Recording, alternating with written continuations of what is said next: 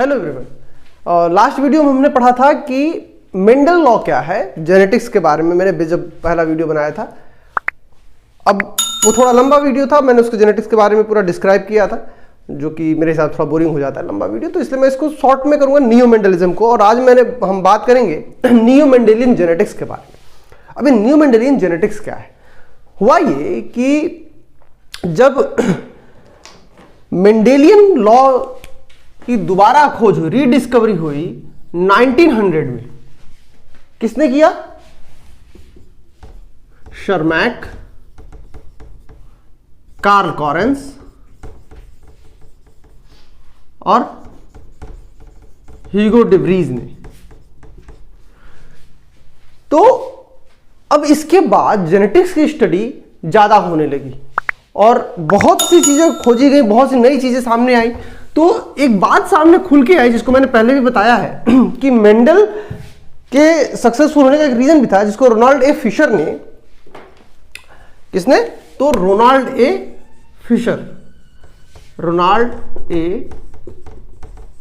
Fisher ने यह पता लगाया कि मेंडल ने जिस 7 लक्षण को लिया था मटर के पौधे में, वो एक्चुअली डिफरेंट क्रोमोसोम के जो उसके जीन थे, लक्षणों के जो जीन थे, वो अलग अलग क्रोमोसोम पे स्थित थे।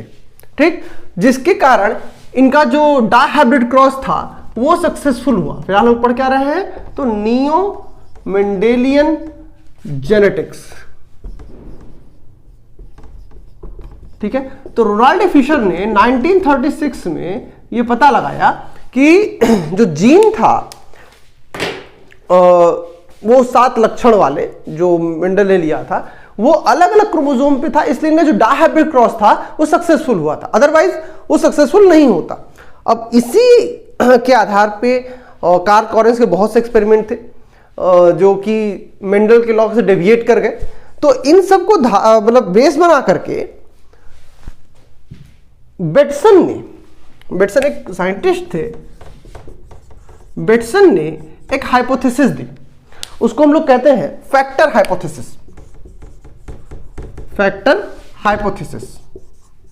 बेटसन ने दिया था। अब ये इन्होंने क्या कहा? इन्होंने कहा देखिए, सिंपल सी बात है कि जेनेटिक्स जीन पर आधारित है और बहुत से अलग अलग कारणों पर निर्भर करती है। तो हो सकता है कि इसके जो लक्षणों के वंशागति है, चलने की प्रक्रिया है, वो अलग अलग तरीके से निर्भर करे। तो इन्होंने समराइज करते हुए इसके 3 बेसिक रीजन निकाले। 3 बेसिक रीजन कौन कौन से? अब ये 3 बेसिक रीजन थे। पहला था कि हो सकता है, that might be possible, there is a pleiotropic gene. What is pleiotropic gene? इसके बारे में भी हम डिस्कस करेंगे। अब ये मैं इसमें लिखता चलूं। अब प्लियोट्रॉपिक जीन, इसको इन्होंने कहा कि बहुप्रभावी जीन, मतलब एक ऐसा जीन जो कई लक्षणों को प्रभावित करता हो, वो क्या कहलाया? Pleiotropic gene. दूसरा इन्होंने दिया बहुजीनी वंशागति, पॉलीजेनिक इनहेरिटेंस। दूसरा इन्होंने क्या रखा? बहुजीनी वंशागति या पॉलीजेनिक इनहेरिटेंस। इसका मतलब क्या होगा कि हो सकता है, ऐसी संभावना है कि एक लक्षण जो होगा वो कई जीन, अलग अलग जो जीन है उसको प्रभावित कर रहे होंगे। अंतर समझो, प्लियोट्रॉपिक जीन, एक जीन कई लक्षणों को प्रभावित कर रहा है, बहुजीनी एक लक्षण कई अलग अलग जीन से प्रभावित हो रहे। और इन्होंने लास्ट कहा मल्टीपल एलिलिज्म।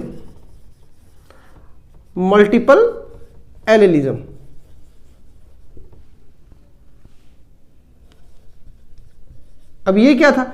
इन्होंने कहा जो एलील बनता है पेयर का, हो सकता है कि एक ही लक्षण के लिए, एक ही चीज को प्रदर्शित करने के लिए 2 से अधिक एलील बन सकते हैं, 2 पेयर से अधिक पेयर बन सकते हैं। तो ये जो पूरी समरी थी, और इन्हीं सबको मिलाकर के हम इसको कहते हैं नियो मेंडेलियन जेनेटिक्स। तो अगर हम देखना चाहें, समझना चाहें, तो हम नियो मेंडेलियन जेनेटिक्स के हिसाब से, जिसकी मैं बात कर रहा हूं कि inheritance of traits, the inheritance of traits, अगर हम इसको देखें, जीन इंटरेक्शन कह सकें, तो ये 2 हिस्सों में बंट जाता है। ठीक है, एक्सप्रेशन ऑफ फिनोटाइपिक जो कैरेक्टर्स होते हैं ये दो हिस्सों में बटेंगे। एक कहलाता है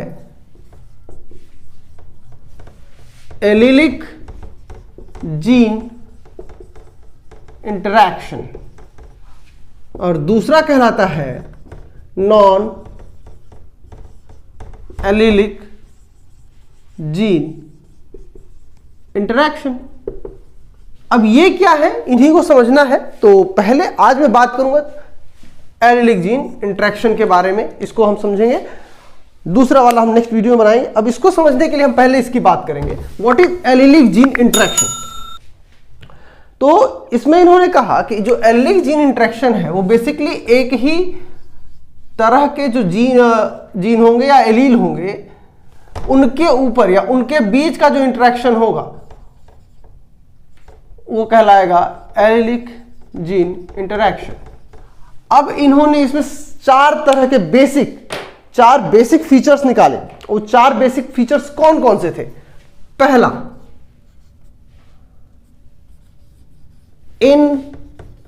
इनकंप्लीट डोमिनेंस। दूसरा,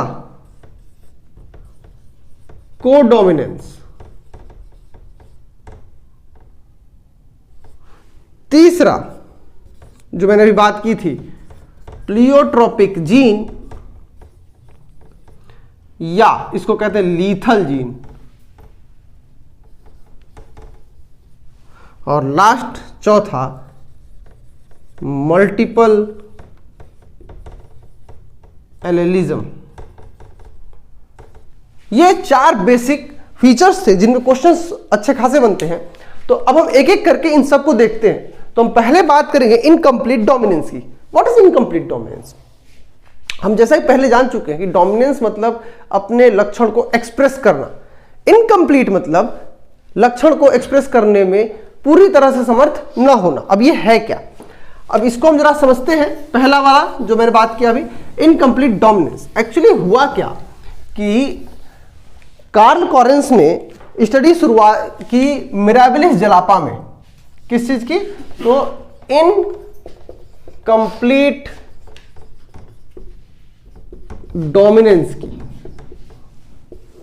इसको हिंदी में कहते हैं अपूर्ण प्रभाविता, इसको हिंदी में कहते हैं। ठीक है, तो अब इसको समझने के लिए मैं बेसिक कलर्स का यूज कर रहा हूं ताकि आसानी से समझ सको। इन्होंने स्टडी किया था किस पे?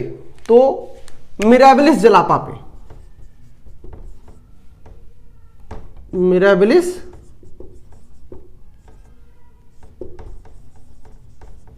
जलापा, इसको गुलाबाज भी कहते हैं।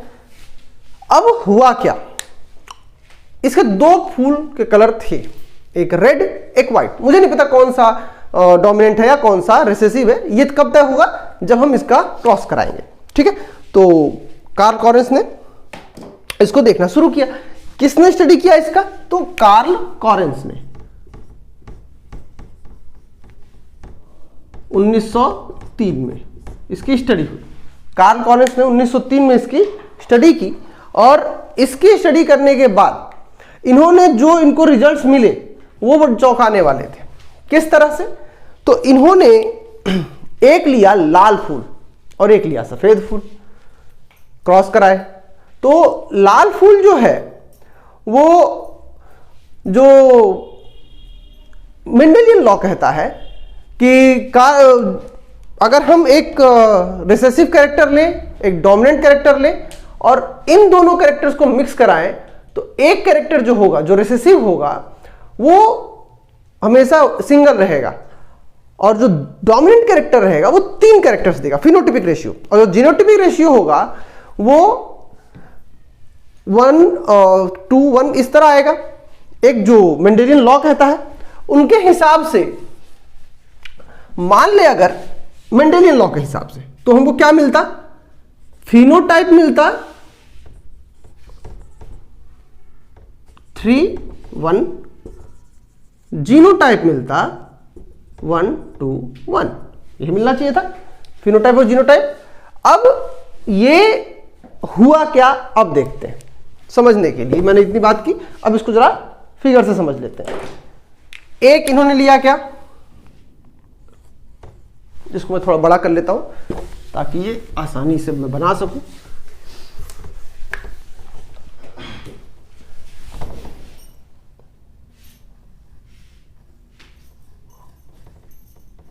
एक लाल रेड फ्लावर, दूसरा इन्होंने, मैं यहां पे व्हाइट के लिए मैं ब्लू कलर इस्तेमाल कर रहा हूं क्योंकि अब इस तरह दिखेगा नहीं, और दूसरा था व्हाइट फ्लावर। ये दो फ्लावर थे, क्रॉस कराया गया अकॉर्डिंग टू मेंडेलियन लॉ। ठीक है, मैं एक काम करता हूं कि मेंडेलियन लॉ और इसको दोनों को एक साथ लेके चलता हूं, डिविएशन क्या था ये समझने के लिए। ठीक है, ताकि आसानी से आप समझ सके, कंफ्यूजन ना रहे, और ये हमेशा जीवन भर के लिए याद हो जाएगा। तो यहां मेंडल के हिसाब से चलते हैं, मेंडल के हिसाब से, और यहां कार्ल कोरेंस का क्या रिजल्ट आया। ठीक, तो मेंडल के हिसाब की बात करें, जो मेंडल के हिसाब से रिजल्ट आना चाहिए था, लाल फ्लावर को अगर हम व्हाइट फ्लावर से करा दें,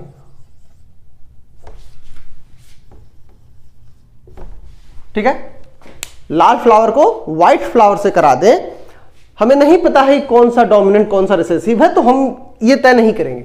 और इनका अगर हम क्रॉस कराएं तो हमें क्या मिलता, तो हमें मिलने की संभावना थी या तो रेड या तो व्हाइट। क्या मिलता, या तो रेड या तो व्हाइट। यहां ऑप्शन इसलिए क्योंकि पहला जो था वो उसको कह ले हेट्रोजाइगस स्टेट में था, और इसके कारण जो डोमिनेंट रहता वो अपना कैरेक्टर शो करता। तो यहां मुझे नहीं पता क्या मिलता इनमें से, बट कार्ल कोरेंस के केस में क्या मिला, ना रेड मिला ना व्हाइट मिला। यहां क्या मिला, तो यहां मैं पिंक कलर मिला, तो इसको मैं ग्रीन से दिखा रहा हूं। तो यहां मिला एक नया कलर, इन दोनों में से कुछ भी नहीं। इनका माथा ठनका, कह रहे ये क्या हो गया, ये तो नहीं आना चाहिए था। फिर के साथ चलो देखते हैं फिर से क्रॉस करा के। तो इन्होंने इसकी कराई सेल्फिंग। क्या कराया गया, सेल्फिंग। हम इसकी सेल्फिंग करा दें। अब चूंकि ये यहीं फेल हो गया तो हम इसको आगे नहीं बढ़ाएंगे। ठीक है, इसको आगे ले जाने की जरूरत नहीं है। अब यहां की बात करते हैं। सेल्फिंग कराने का मतलब हुआ कि हम इसको फिर से इसी कलर के फ्लावर से सेल्फिंग करा, इसी का। तो हमको क्या मिला, अब इसमें जो मिला वही रोचक था, चौंकाने वाला था। क्यों, अब देखना है कि हमें पहला मिला एक रेड। क्या मिला, रेड। ठीक है, और दो मिले पिंक।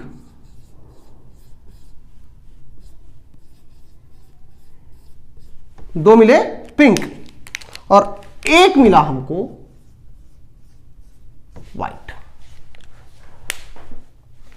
यहां पे तो खैर ये गया नहीं। अगर ये जाता मेंडल के हिसाब से क्या मिलना चाहिए था, मेंडल के हिसाब से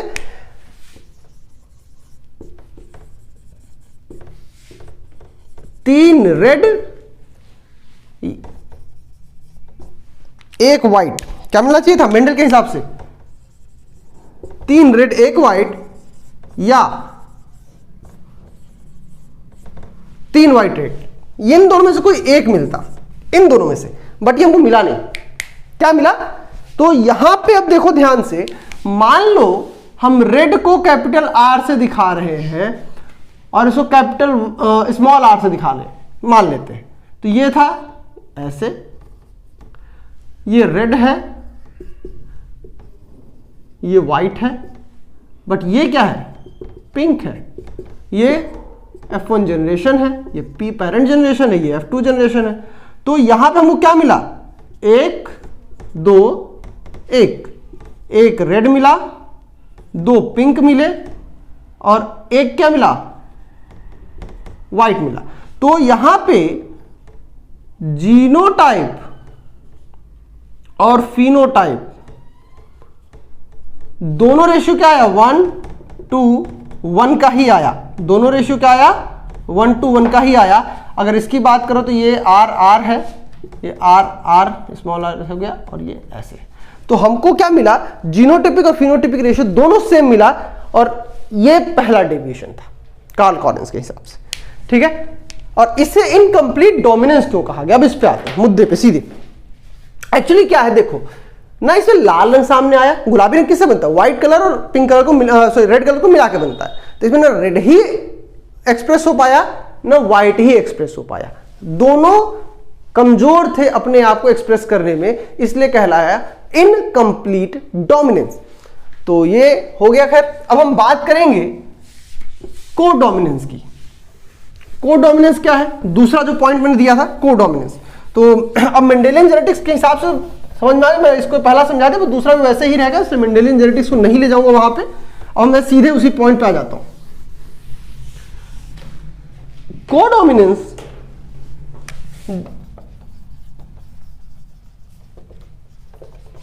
कोडोमिनेंस जो है, इसको हिंदी में कहते हैं सहप्रभाविता। सहप्रभाविता, इसमें क्या होता है कि इन्होंने जो कैटल्स, गायों के ऊपर स्टडी किया, गायों के दो कलर हो जाएंगे, जो बेसिकली हम बात करें कि एक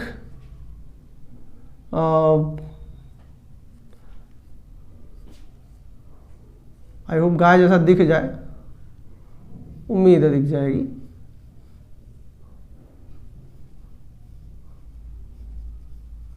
ठीक है, तो ये ब्लैक है और दूसरी व्हाइट, दूसरी क्या होगी, व्हाइट।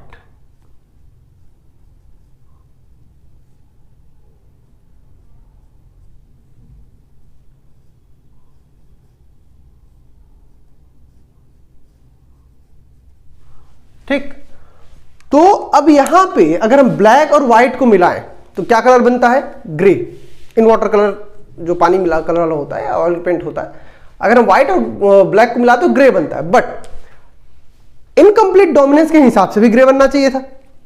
मगर इन्होंने यहां देखा कि अगर हम इसका हाइब्रिड करा दें या क्रॉस करा दें, कौन मेल है कौन फीमेल उससे मतलब नहीं है, कुछ भी हो सकता है। तो यहां पे जो हमको एक नया जीव मिला या एक नई गाय मिली, वो क्या थी,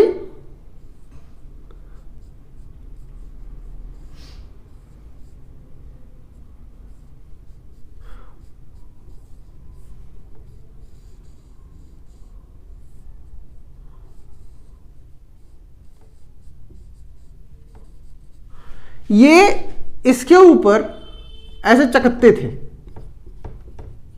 ऐसे, कोई गोली जरूरत नहीं है, व्हाइट के ऊपर ब्लैक कह लो या ब्लैक के ऊपर व्हाइट कह लो, और इसका भी रेशियो वही आया 1:1 का ही।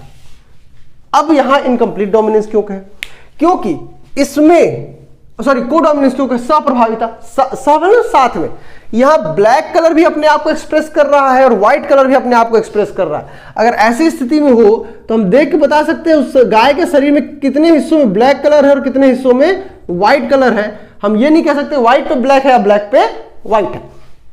तो ये जो सीक्वेंस है, ये अपीयरेंस है, ये क्या है, इन दोनों कलर के साथ में एक्सप्रेस होने के कारण है, तो इसलिए इसको क्या कहा गया, कोडोमिनेंस। सिंपल। नेक्स्ट अब आते हैं लीथल जीन या प्लियोट्रोपिक जीन में, लीथल जीन या प्लियोट्रोपिक जीन पे। तो ये तीसरा पॉइंट है, प्लियोट्रोपिक जीन। अब ये क्या है, तो इसकी स्टडी की थी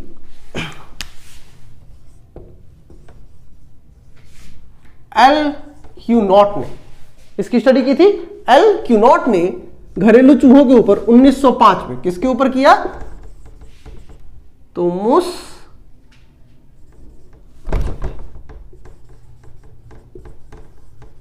मस्कुलस, मूस मस्कुलस के ऊपर इसकी स्टडी किया था, या मस मस्कुलस कहते हैं इसको, घरेलू चूहा। इन्होंने देखा कि चूहे का जो रंग होता है, उसके बालों का रंग जो होता है, वो भूरे कलर के भी होते हैं और कुछ पीले कलर के भी होते हैं। इन्होंने इसका हाइब्रिड कराया, ठीक है। तो हम इसको जरा सा कलर के हिसाब से बांट लेंगे। तो इन्होंने जो अपीयरेंस देखा कलर का, तो इन्होंने कौन कौन सा लिया, एक भूरा कलर लिया, ठीक है,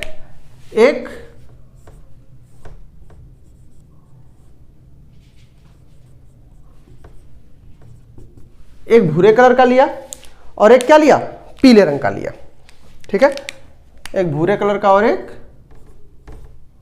मैं यहां पीले रंग इससे दिखा रहा हूं।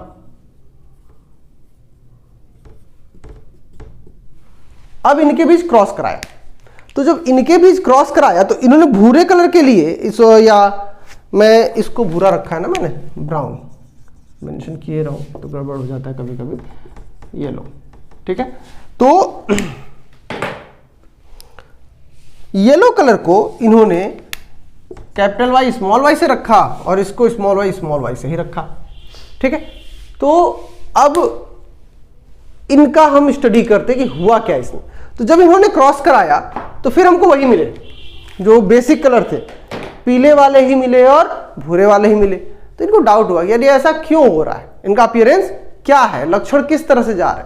तो इन्होंने जब इसकी पूरी स्टडी की, खाका तैयार किया, तो इन्होंने देखा कि एक्चुअली इसके 4 ऑप्शन बनेंगे। ये जो जीन है इसके 4 ऑप्शन बनेंगे। कौन कौन से, capital Y capital Y, capital Y small Y, capital Y small Y, small Y small Y, ये 4 लक्षण बनेंगे।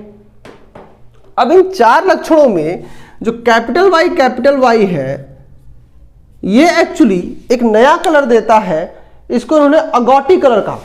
इसको इन्होंने क्या कहा, अगॉटी। एक नया जो कलर आया अगॉटी कलर।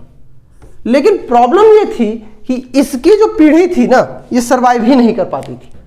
इसकी जो पीढ़ी थी ये सरवाइव ही नहीं कर पाती थी। और ये तो जैसा कि मैंने बताया कि अगर कैपिटल वाई स्मॉल वाई है तो ब्राउन कलर देगा, और ये yellow colour, capital Y small Y क्या दे रहा है, येलो कलर दे रहा है, और ये ब्राउन कलर दे रहा है।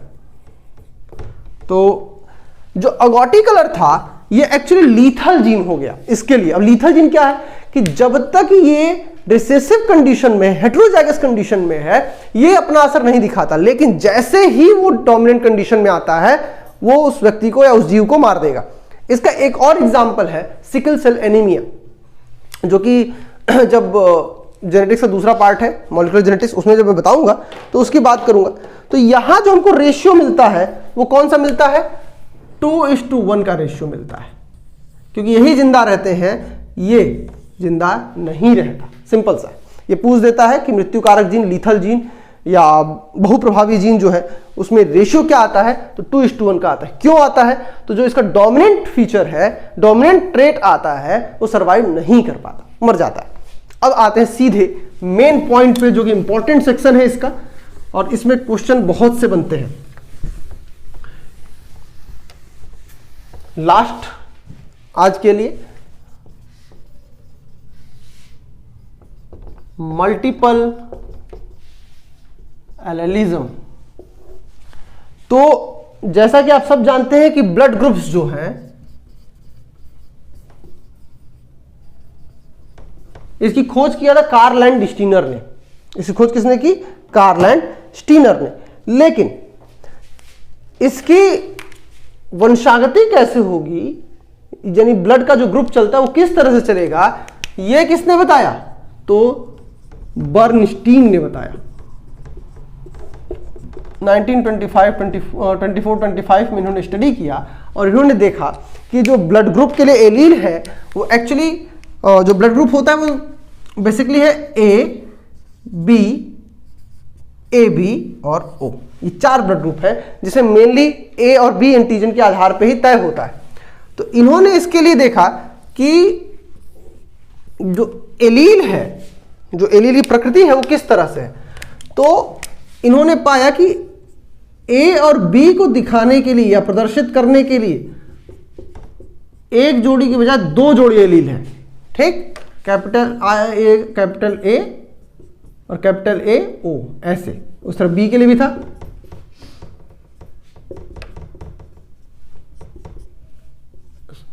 ए बी, इस पे कोई जीन नहीं हुई होता, इंटीजर नहीं होता, इसलिए भी। तो ये कैपिटल ए अगर दर्शाना हो तो ये होमोजाइगस कंडीशन भी हो सकता है और ये हेटेरोजाइगस कंडीशन भी हो सकता है। यानी अगर कोई व्यक्ति का ये कहता हो कि उसका ब्लड ग्रुप ए है, तो हमें ये पहले जानना होगा कि वो हेटेरोजाइगस है या होमोजाइगस है। बी है तो होमोजाइगस है या हेटेरोजाइगस है। ए भी है तो इसमें कोई कंडीशन नहीं आती, ओ के लिए भी कोई कंडीशन नहीं आती। तो अब क्या है कि इन सभी को मैंने बताया बेसिक सा। आज के लिए बस इतना ही। अगले वीडियो में एक सेक्शन बनाऊंगा ब्लड ग्रुप की इनहेरिटेंस पे, कि ब्लड ग्रुप का इनहेरिटेंस कैसे होता है। अगर वो एक बार समझ गए, दुनिया का कोई भी एग्जाम हो जिसमें अगर ब्लड ग्रुप से रिलेटेड क्वेश्चन आते हैं, बड़े आसानी से सॉल्व होंगे। उसको सिर्फ याद करना है, कुछ कंडीशंस है, उस कंडीशंस को समझना है, उसके बाद फिर कोई कंडीशन नहीं बचती। उसको मैं बताऊंगा अगले वीडियो में। और नेक्स्ट टर्म पे जो मैंने रखा, आज मैंने बात की एलिलिक जीन इंटरेक्शन की, नेक्स्ट टर्म पे बात करेंगे हम नॉन एलिलिक जीन इंटरेक्शन की। तब तक के लिए have a great day, bye bye.